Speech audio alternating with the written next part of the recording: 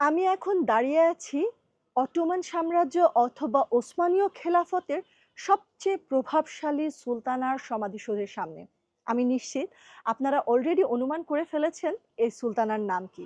হ্যাঁ, আমি বলছি হুররাম সুলতানের কথা, যিনি ছিলেন সুলতান সুলেমান দ্য ম্যাগনিফিসেন্টের হাসেকি সুলতান। হুররাম সুলতানের জন্ম বর্তমান ইউক্রেনের একটি এলাকায়। ক্রিমিয়ার তাতাররা যখন ওই এলাকাটি জয় করে, তখন তাকে বন্দি করে এনে সুলতানের প্রাসাদে পাঠিয়ে দেয়। তার অরিজিনাল নাম ছিল আলেকজান্ড্রা। তার মিষ্টি হাসির কারণে তাকে হুররেম নামটি দেয়া হয় এবং পরবর্তীতে সুলতানের সাথে তার হৃদ্যিক সম্পর্ক গড়ে ওঠে এবং পরবর্তীতে হাসিকি সুলতানের উপাধিও তিনি লাভ করেন। একাধারে তিনি জন্ম দিয়েছিলেন ৬টি সন্তানের এবং তার সন্তানদের মধ্য থেকেই কিন্তু একজন পরবর্তীতে সুলতান হন।